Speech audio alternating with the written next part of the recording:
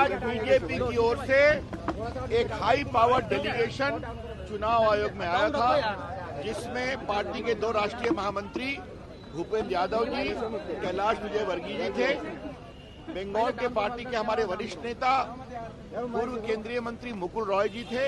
बाकी लोग हमारे मेंबर्स थे बीजेपी के वहां के, और हमारे 3 केंद्रीय मंत्री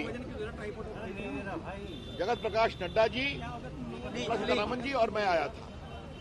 पार्टी की ओर से हमने ये मांग की है कि बंगाल हिंदुस्तान में एक ऐसा प्रदेश बचा है जहां अभी लोकल बॉडीज और ग्राम पंचायत के चुनाव में 100 हत्याएं हुई हैं, जहां पर जीते हुए लोगों को जाने नहीं दिया जाता, जहां पर ऑफिसर्स मुख्यमंत्री के साथ धरने पर बैठते हैं, और जहां पर रूलिंग पार्टी के राष्ट्रीय अध्यक्ष अमित शाह का हेलीकॉप्टर लैंड नहीं करने दिया जाता, और तो और मुख्यमंत्रियों का हेलीकॉप्टर भी लैंड नहीं करने दिया जाता है। ऐसी परिस्थिति में हमने उनसे मांग की है पूरे बंगाल को सुपर सेंसिटिव डिक्लेयर किया जाए।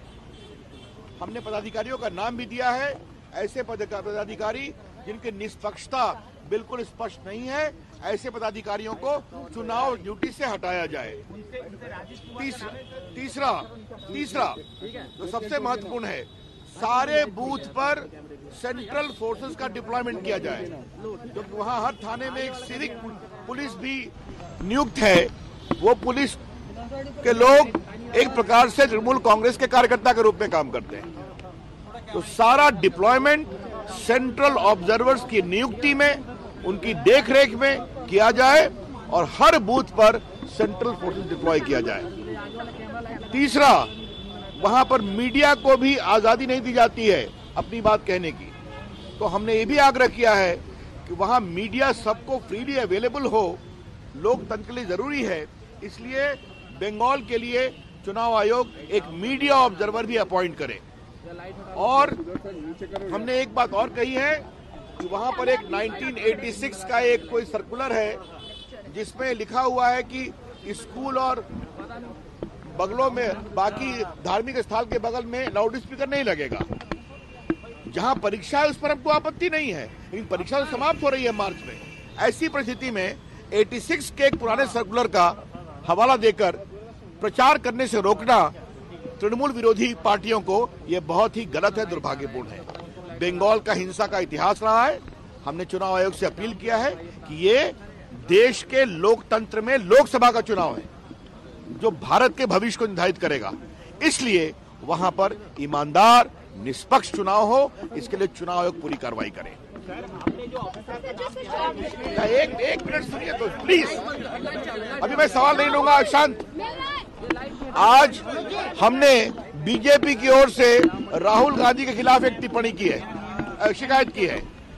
चुनाव आयोग के मॉडल कंडक्ट में साफ लिखा हुआ है कि अनवेरिफाइड एलिगेशंस आप नहीं लगाएंगे, झूठे आरोप आप नहीं लगाएंगे। मॉडल कोड ऑफ कंडक्ट लगा हुआ है, और कल राहुल गांधी ने जिस तरह से टीवी पर बेबुनियाद, झूठे, शर्मिंदगी भरी आरोप लगाए प्रधानमंत्री के खिलाफ कि किसका पैसा निकाल कर किसके पॉकेट में डाल दिया, इससे कोई शर्मनाक बात हो नहीं सकती। हमने चुनाव आयोग से यह भी आग्रह किया है कि चूंकि राहुल गांधी ने अपने भाषण में प्रधानमंत्री के खिलाफ जिस तरह की बेबुनियाद आरोप लगाए हैं, वो मॉडल कोड ऑफ कंडक्ट का वायलेशन है, तो उनके खिलाफ भी कार्रवाई होनी चाहिए।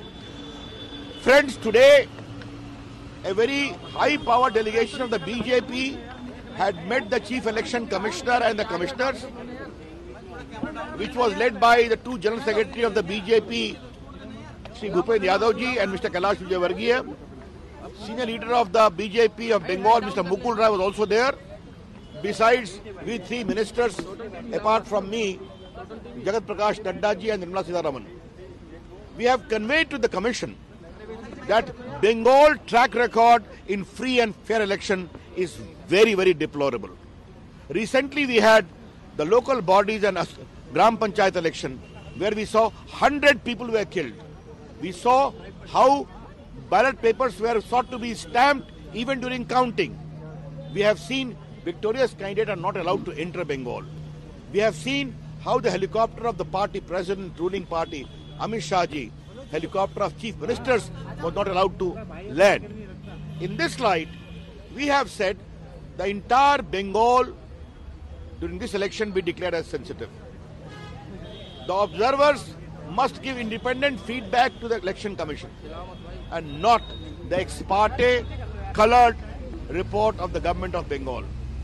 Thirdly, central forces be deployed on each and every booth in Bengal, and that deployment should be done not on the recommendation of the local SP or collector, but by the special observer of the Election Commission.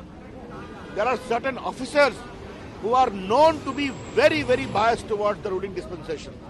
We have given their names.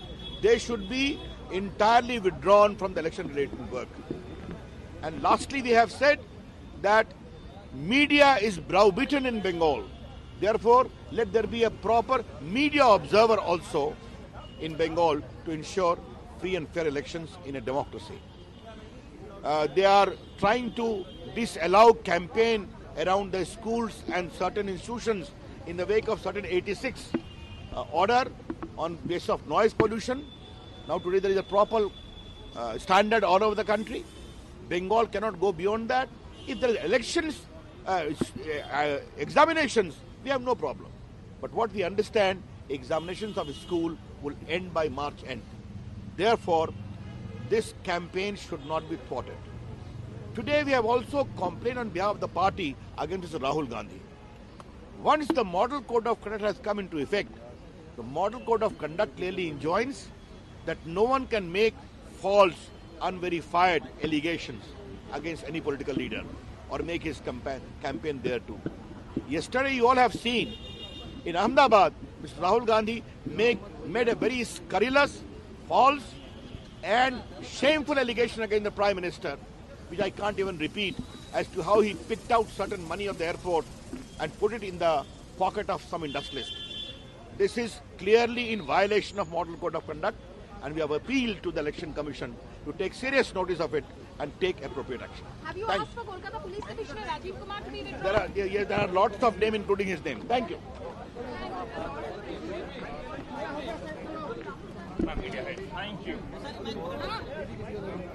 There you.